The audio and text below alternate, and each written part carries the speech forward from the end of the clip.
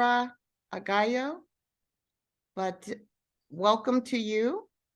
And you're very welcome. And we had shared with the other folks that are joining us today, if you have any questions along the way or need further clarification, feel free to just drop it in the chat or come off mute and ask. Thank you. It's that kind of informal session that we're having today. So I want to formally and officially welcome you. And again, thank you for carving out a little bit of time to join us for our webinar today. And our goal is to just kind of talk about the Expanded Learning Opportunity Program and not only how to make it as efficient as possible, but how it's so critical and valuable in helping us address the opportunity gap in education, because it really does provide some wonderful opportunities that right now for kids that have not had those opportunities in the past. So hosting you today, let's go to the next slide and I'll introduce myself a little bit. I'm Dr. Michelle Bowers. I am recently retired as of July 2022, and have since that time founded Vital Educational Leadership Consulting.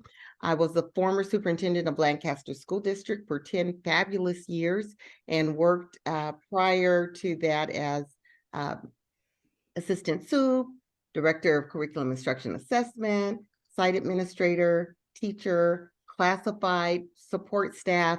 So I've kind of been through all of those steps, and prior to going into education, which I stayed in for over 30 years, I was actually in private industry. So that experience was very valuable. And as I transitioned into education, because there's a lot of business experience and skills that transfer and carry over into education. And I'm pleased to be partnering today with Dr. Helen Wang. Hello, everybody. It's so nice to see you here. And I met some of you before, and welcome. I'm Helen. My background is that I'm a computer scientist. Has anybody here used a web browser? And if you have, and raise your hand. I hope you're all raising your hand. Have you used Microsoft Windows?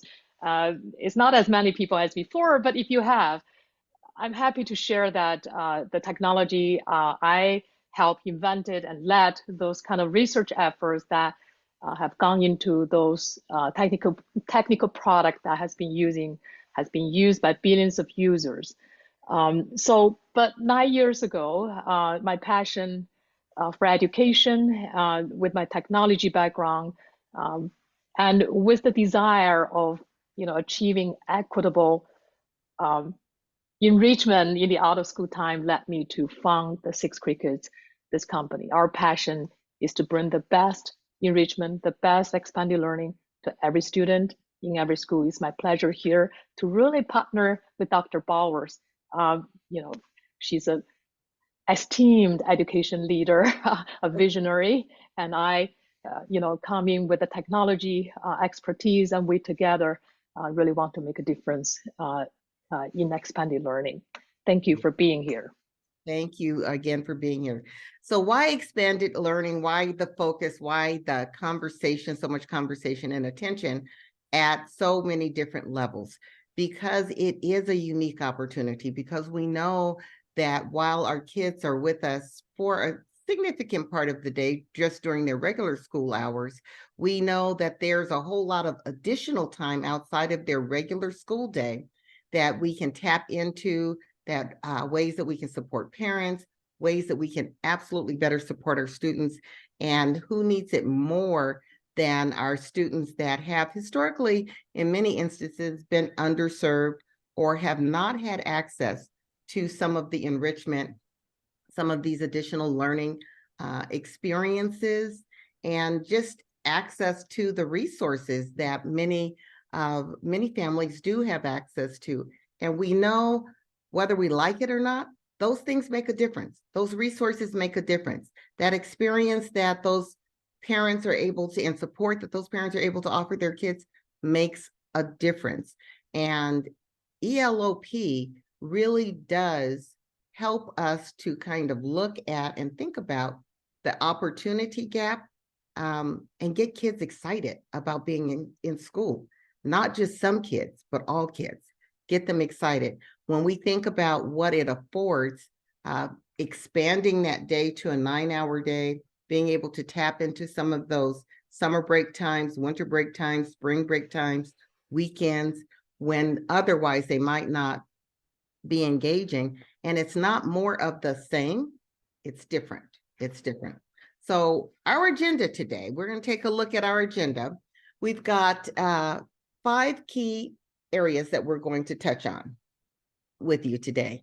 And I promise that we're going to get through all of them before we hit the 12:30 hour. I promise, I promise, I promise. And you see them there, so I'm not going to read that to you. We're going to move forward and first talk about ELO-P intent. So what is ELO-P? You know, when CDE pushed out ELO-P, and for those of you that have been involved with supporting after-school programs like 21st Century, ACES, those types of programs that have been around for several years, I was excited because our school district had all of those, but I was so excited to see ELO-P when it came rolling through. So I don't know about you, but looking at it through the lens of, wow, how many more kids this is going to be able to support and impact. So it really does look at, and thank you for doing the little, Dr. Wang is in charge of the PowerPoint, so you can see it's like, keep me going.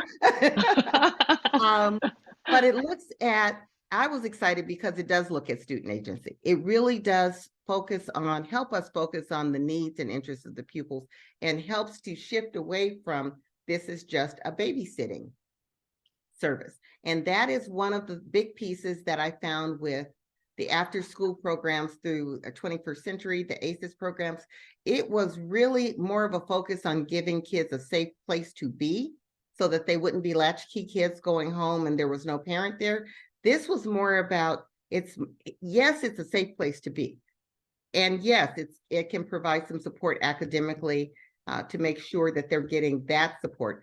But above and beyond that, the creative curriculums, the new things that the kids are exposed to, it's not just childcare, and it doesn't all have to be done by your staff. So it really does emphasize, how do you reach out to your community partners? How do you complement what you're already doing? And how do we bring in some things that are going to be engaging and interesting to the students, to the kids, and to their parents, that they might not otherwise have access to. So let's talk about the 9-hour day.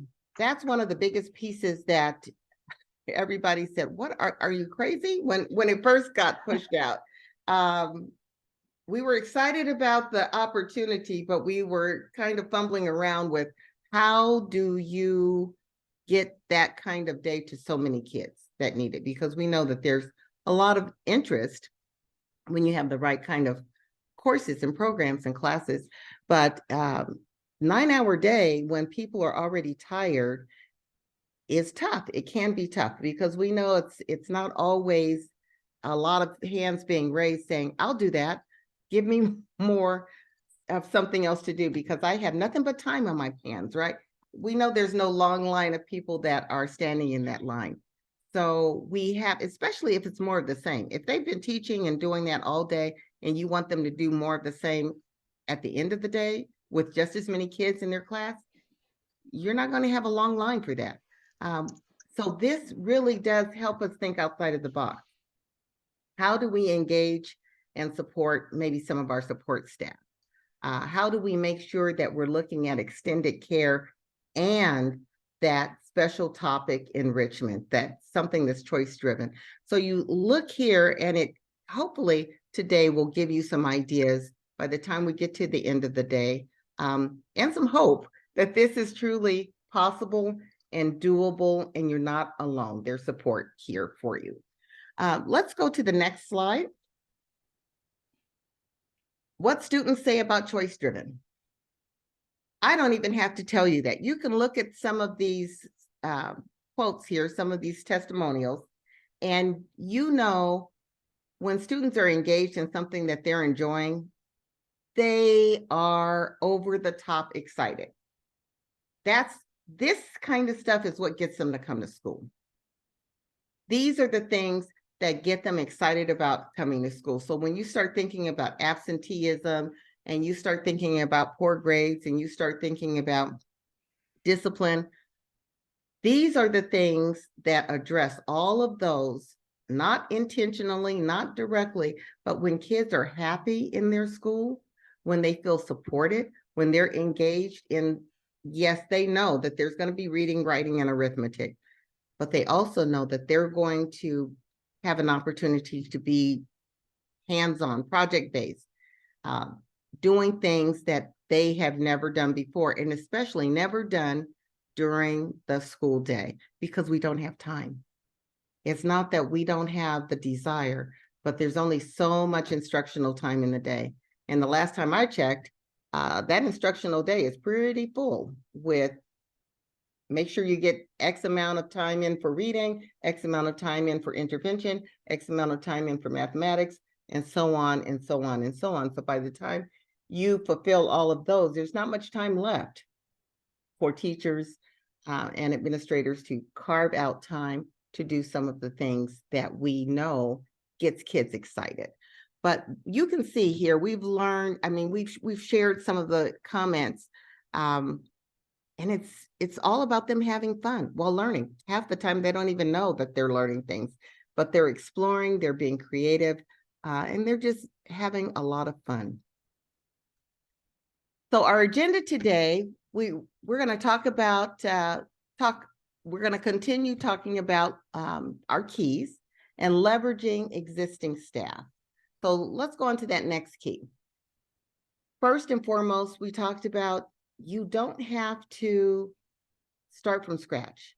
Many districts, many schools already have invited teachers or support staff to do after-school programs of some sort. So that's where you want to start. That's where you can start. You want to leverage current staff. You want to encourage and obviously incentivize, pay them to do your after-school programs. But also, let's make room for them to do more than just tutoring. Because sometimes we have our staff that they won't sign up. They're not real tickled about it because they think it's more of the same. But here's the key. How many, if you think about staff at a school site, you think about the few people on this webinar right now. We all have different interests. I would love to do something on pickleball. Hey, am I good at it? I would be better. I could be better. But you have musicians, you have people that speak foreign languages, you have artists, you have all sorts of people that do all sorts of crafts. If we start looking through a different lens and engaging in the conversation about supporting after-school programs differerly, I believe that there's more people that will move forward and step to the plate. I know Dr. Wang has done some of that with Visalia, so let's take a look at what they've done. Yeah, so this is a Visalia's expanded learning program portal, and this is they largely self-organize, engage their staff to do that. So the parents would come to this website and they will select the school that their children are in, and they will click on the register, and they will go to the expanded learning hub at their own school. And you can see here, they organize their own internal staff into different departments. They have after school sports and teaching soccer or other kind of sports. They have visual performing arts. That's another sub-department at the district, teaching art. There's also science, technology, engineering, and math. That's a STEM sub-department from the district with teachers teaching STEM. There's also in the library programs, they have a maker space and they have programs to teach kids having some hands-on project. Then there's also, I saw CTE earlier. Yeah, CTE and the career technology education, and they teach the kids coding, and they have teachers devoted in that special area teaching the kids coding. And they also partner with the field trips and going to the zoo and so on. The field trips, this is early release Wednesday, and there's a group of teachers in charge of the field trips. So this is how they have organized their expanded learning programs, leveraging their existing staff, organizing into different grouping and supporting them, and giving parents and students the choice to pick what they want to pursue. And they can come in and read about them and sign up to the right programs. So I'm going to pass back to Dr. Bowers. Thank you. Thank you for sharing Sure. that. Something that comes to mind when you were sharing that is a lot of, and I don't know about the rest of you, but think about it. A lot of those things that they're doing are things that you could do during the day or after school, utilizing your school site funds or district funds, your title funds. If you do it through ELO-P, you free up that money to do other things.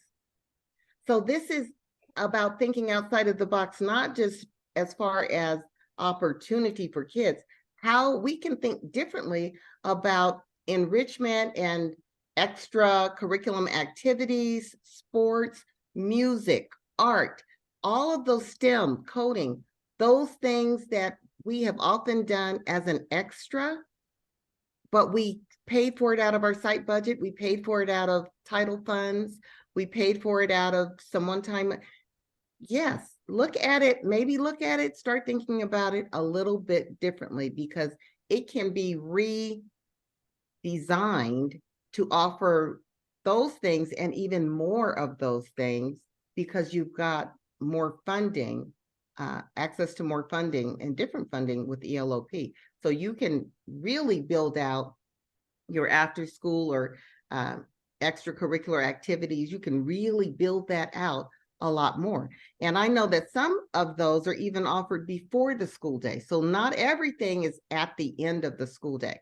Sometimes it's on Saturdays, sometimes it's before the school day starts, especially if you have a later start on your school day. So it's something to keep in mind, because it's how we think about it and build it and design it. The other thing I just want to point out is that this platform, the way it's laid out, is really the communication, that tool to be able to communicate all of these offerings is powerful. We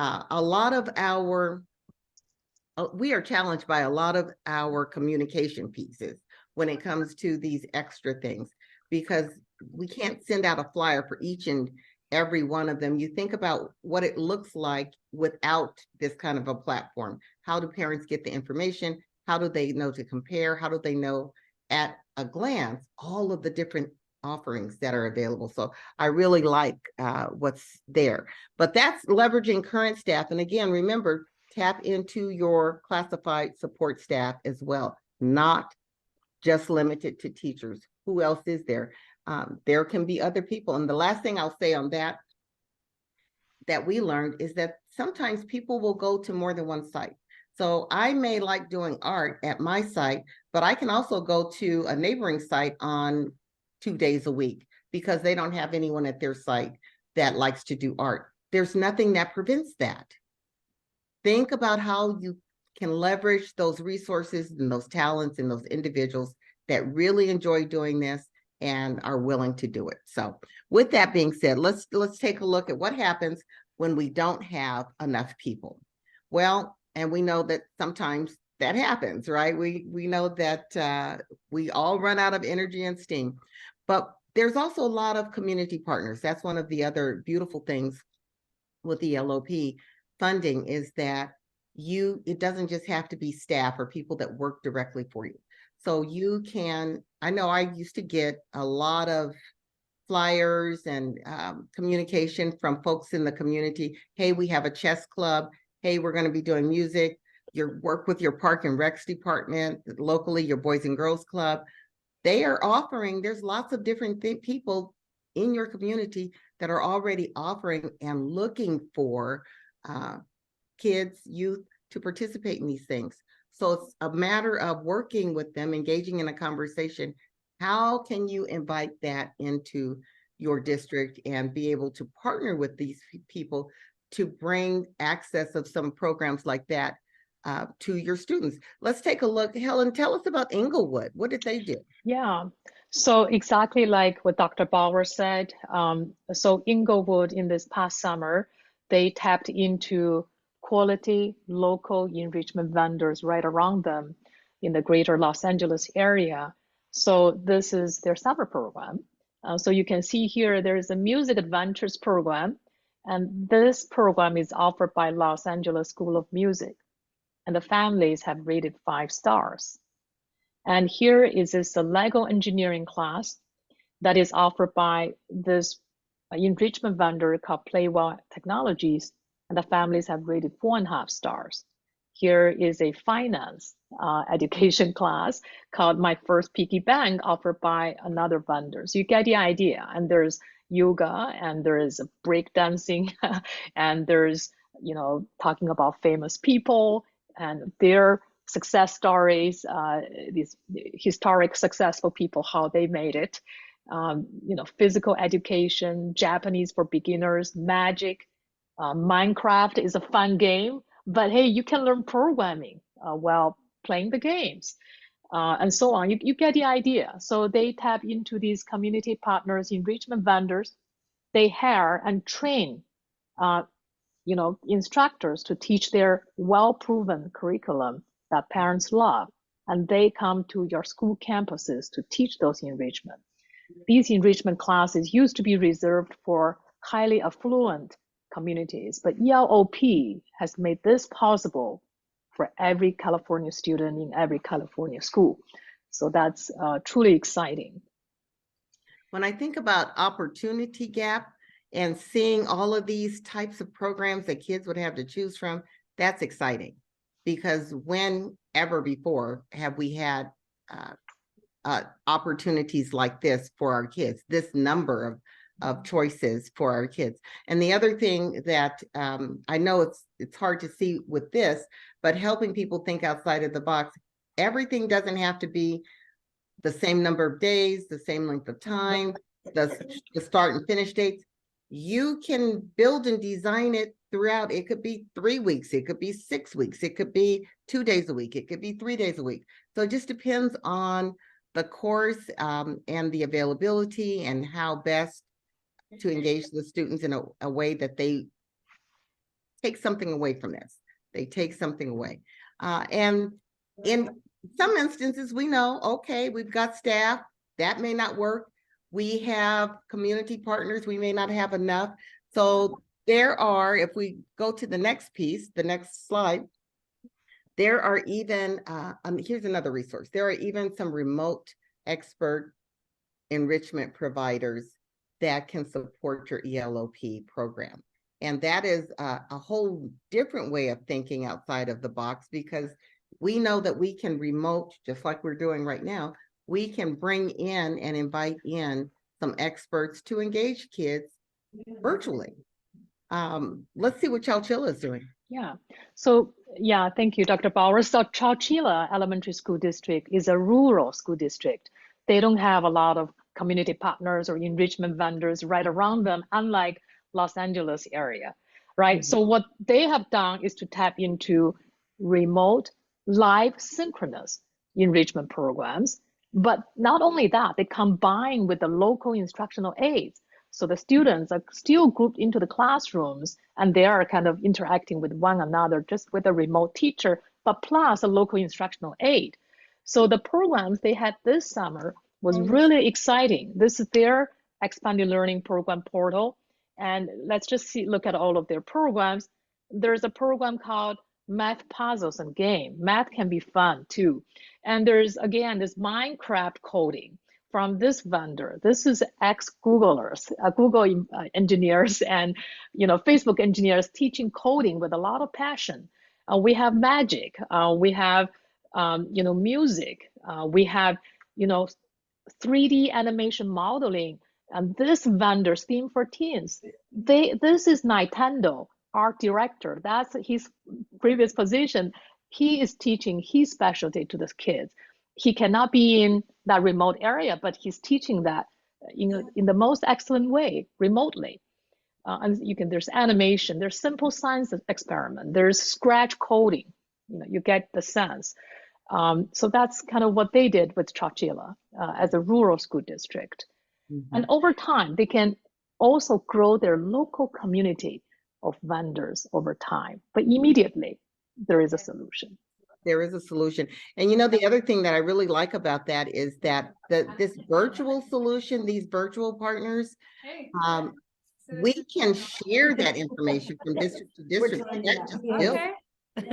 That just builds. Somebody there for someone, not for me, I wish. Okay, there we go. That just builds, and you don't have to reinvent the wheel.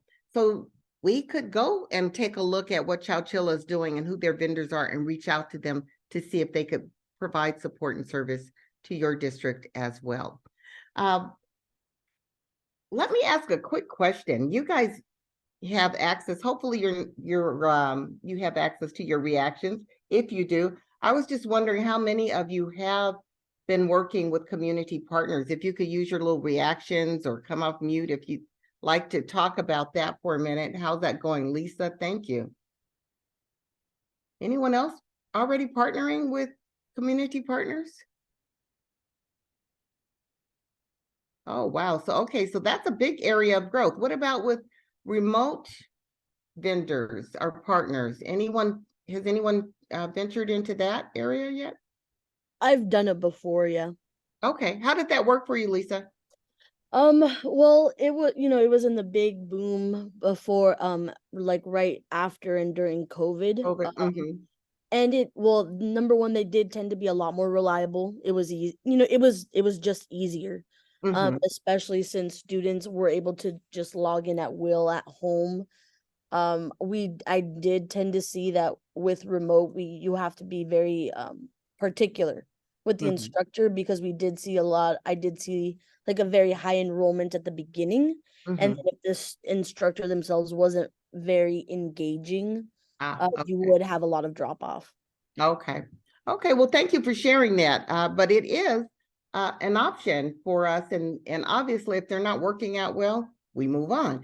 But we do that orientation at the beginning. We communicate, and over communicate what the expectations are, the uniqueness of your community, what's engaging to them, how they best learn, how they best communicate. And there's a lot of potential for success there. So let's talk a little bit more about engaging students and families, because that is key. And here, I haven't done the hard lifting, the heavy lifting. Dr. Wang has done all of the heavy lifting here.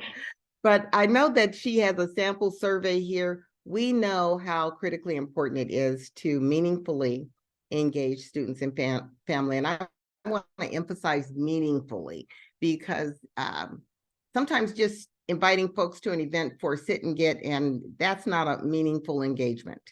That is truly not a meaningful engagement. We want to create spaces and opportunities to invite conversation, to hear what their needs are, to better understand their needs, to better understand what their interests are, to better understand what they get excited about, what their favorite programs are. And Dr. Wang and her team have really been doing that work and continuing to build on the beginnings and get better and better. And I know we have a sample parent survey here. Is that something that we can open up and share? Yeah, I think maybe we can share that with folks later. And okay, that's fine. Yeah. I know that this whole PowerPoint is available to you all. There'll be a survey at the end of this. And if you'd like a copy of the PowerPoint, and all of the links will be active, so you can go in and look a little more closely at the things that have already been shared. You can look more closely at this tool, the sample parent survey. But it's important. The key is it's important that we invite them into the conversation as we're designing this dynamic after school program, because it can't just be all about us and what we think they like. A sample student survey. We can make sure, I don't think we have one in here right now, but we can add it to the slide. Will do. Definitely add it to the slide. Okay, let's go on to the next one. and see what are the parents saying? What are the families saying? And I'll just give you a second to kind of take a look at that.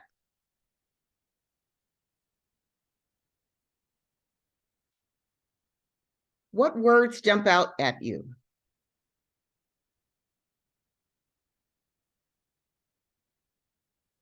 Wonderful, fun, enjoyed, loved, excited. Yep. This is from the families. Inclusive? Absolutely.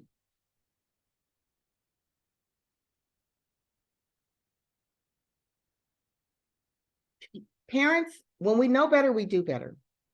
And there's not a parent in 30 years of education, high, good, bad, and different. And we know that some days are better than others, but I've never, and sometimes people make poor choices, but I've never met a single parent yet, regardless of the choices or the circumstances or socioeconomic or anything else, that doesn't want the best for their child.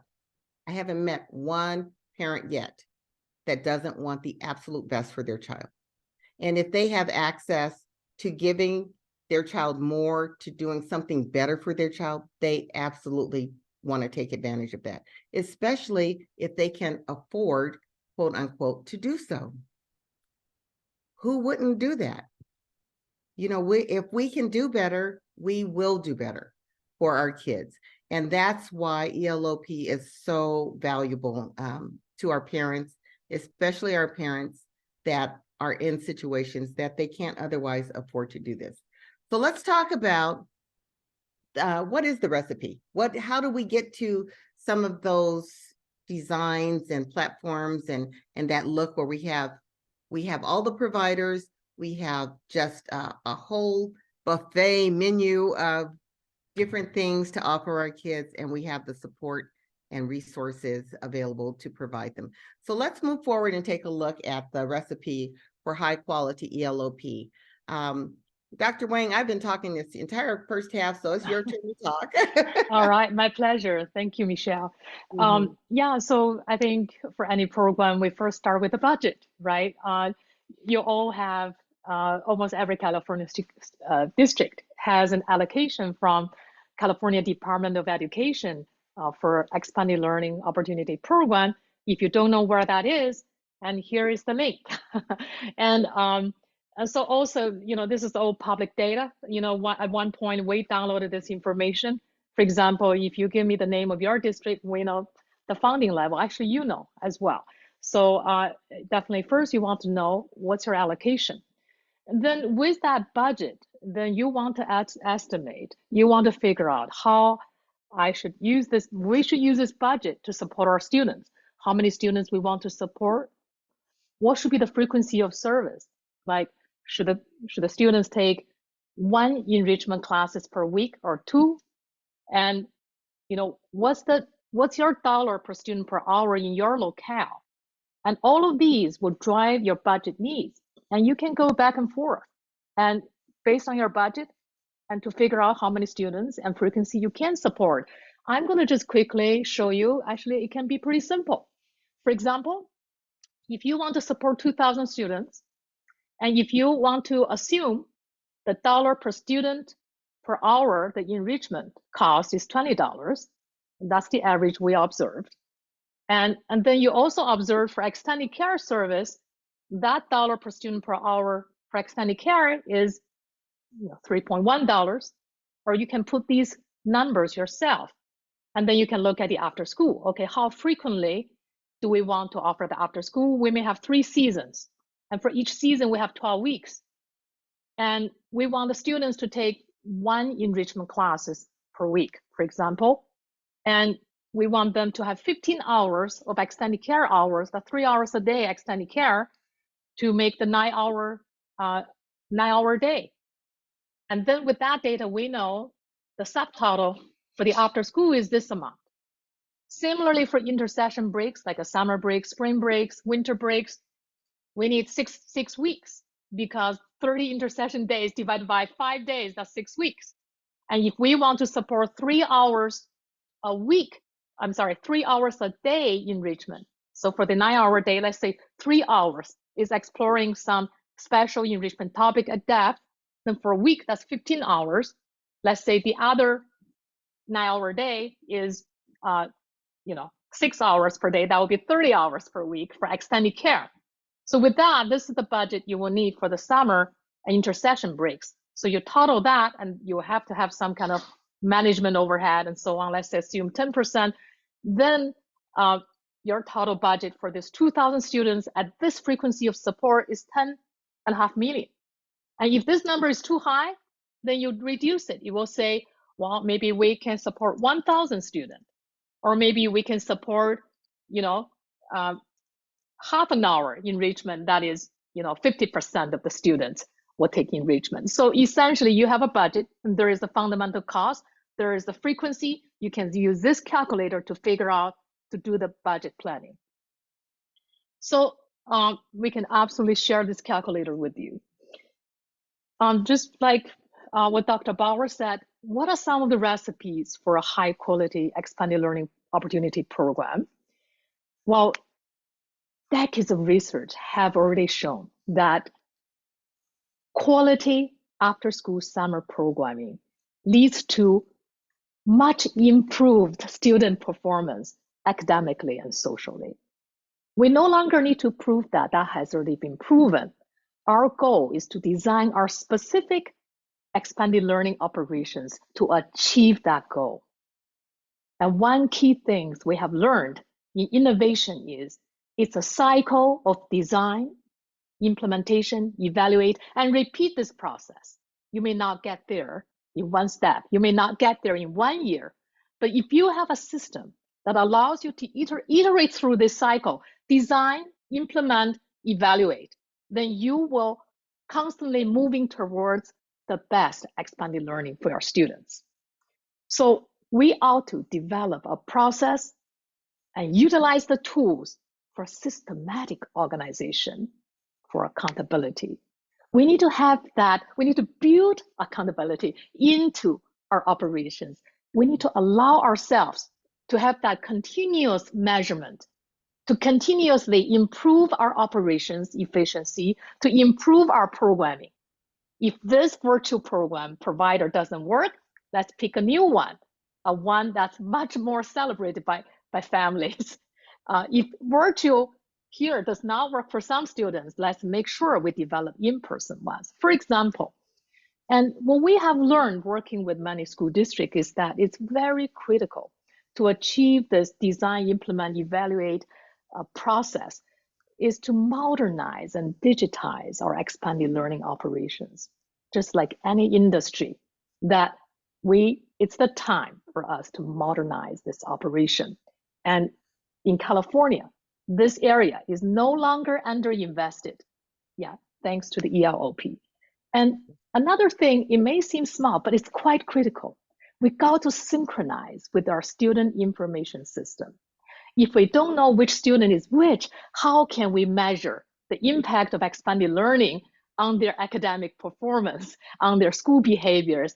How can we justify the funding we have received to run these programs? So it's critical to synchronize with the in-school operations so that we can measure student outcomes. So how do we do that? We need to have a unified management platform for this area. There are so many moving parts, so many entities involved. We have our district central office. We have every school site, we have their autonomous operations. We have multiple enrichment providers, community partners, together with our school district staff being part of this operations. And we have individual instructors monitoring their own group of students. We need to give everyone the right tool for them to have all the data and management at their fingertips so that we will now spend most of our time communicating, figuring out what is going on. We are on top of this operation.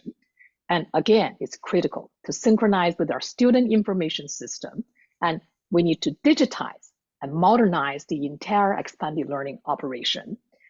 I just want to say, we cannot separate registration from attendance. We cannot let every enrichment or community partner having their own system. When you do so, you will not have visibility on what is going on. Only when we know what's going on, only when we have the data, operations data, programming data, we can continuously improve what we do. I'm going to just show you an example, the importance of, seamlessly having a unified system, what we can do or see. An instructor got to have a system, like an instructor dashboard kind of thing, to be able to see the students they teach so they can take attendance, right? When they take attendance, we need to make sure our central office staff have access to the real-time attendance data, real-time roster data.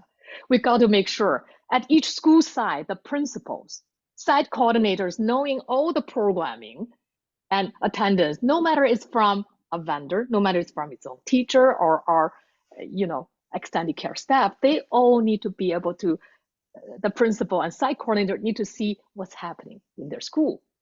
And every organization who provides the programming, whether it's our district ourselves, whether it's YMCA, or whether it's this dance enrichment vendor, they should have a dashboard to organize their own staff and manage their own staff and knowing what is going on so that they can be on top of managing their own organization. We absolutely need to synchronize with our student information system so we can evaluate how are we doing? Are we helping the kids in a fundamental way? Is our operation here achieving the promise of after-school programming and summer school programming? And we can do this continuous measurement to optimize for student outcome. There are many school districts are embracing this modernization, digitization, and continuous measurement and operations for their districts. And feel free to check out what they do. And you can go to that link and look at their programs to see what they do. And we can borrow good ideas and innovate together. I call that stealing, but it's good. It's good stealing. Yeah, it's called innovate together. There you go. Yeah, so I'm, for example, you can, the Inglewood and, the Chowchilla that we showed you earlier, you can go there and browse it on your own. Yeah. Yeah, feel free to scan that QR code and visit that link and to look for that representative program to see what other school districts do. Well, we're coming to the end of this webinar, and we hope these are some of helpful takeaways from you, and for us to meeting this vast 9-hour day operation, 30 intercession days. We need that extended care programming to cover the hours, but we must fulfill the promise of ELO-P to bring that choice-driven enrichment to our students. And now every California student has that opportunity, unlike before. We have great staff. We have a lot of wonderful teachers and wonderful dedicated staff working so hard, and they can be organized and to support your expanded learning programming and operations. And if we're short-staffed, and which we ought to be, because it's 850 hours. We're adding, ELO-P is adding this many hours. Every district we have met, they're rethinking about expanded learning because the scope is it's like 10 times expanded. Before ELO-P ACES, I believe it's at $100 million worth of investment. Now we're talking about $4 billion. We're talking about 10, 40 times increase of support. Of course, everyone ought to rethink on how expanded learning should be. And having staffing shortage is just normal. So we understand everyone has staffing shortage, but we have a lot of community partners right among us. They can help, and it's a win-win-win for everyone. Dr. Bowers spoke so eloquently about engaging students and families.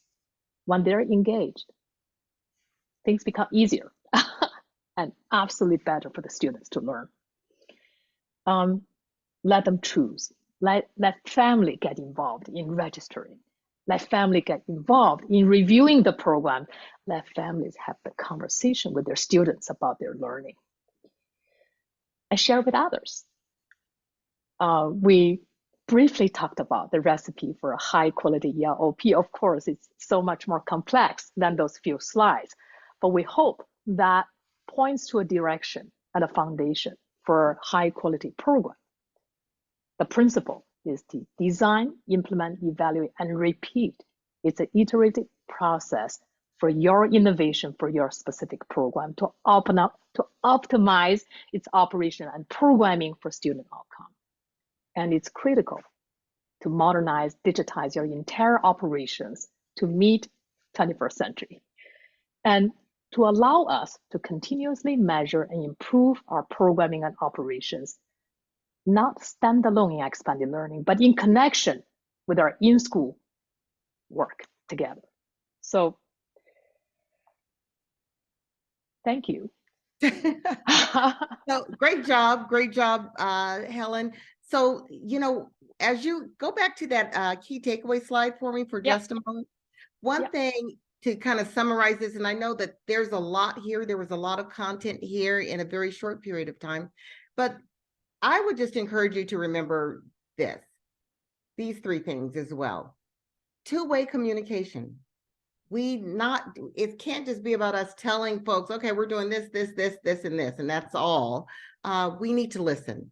So how do we create opportunities for good two-way, solid, authentic two-way communication? That's how you continually improve your program. Communication. The other key thing that we hit on was systematic organization of your whole approach to ELO-P. It's got to be organized. This is a huge undertaking. And can you guys agree with me on that? Isn't this a huge undertaking? I know several of you are doing it. So yes, it is a huge undertaking. And I want to give you all the praise for taking it on. And I want to get you excited about the idea of knowing that other folks are doing it. So you don't have to reinvent the wheel. You don't have to try to do this alone, but organization does make a difference.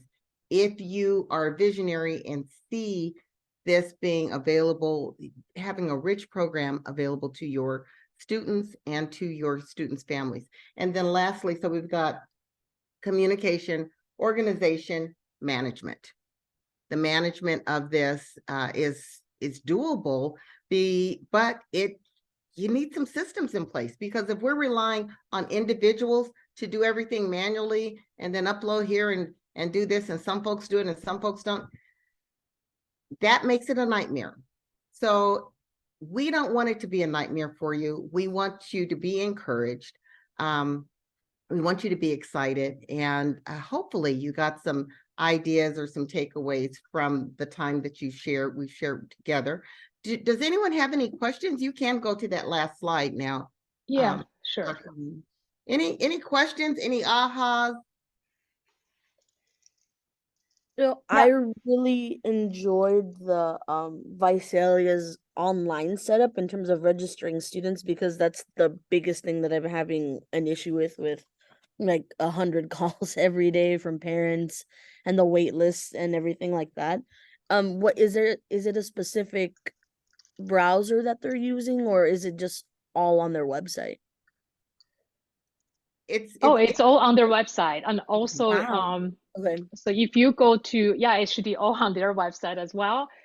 And if you come here and if you scan this and find Visalia, you can also access that very easily, as well as many other districts that you can reference what they do and borrow good ideas.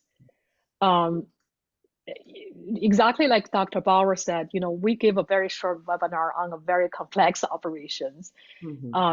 We definitely would love to provide more help. I'm going to put this link, this 3-minute survey.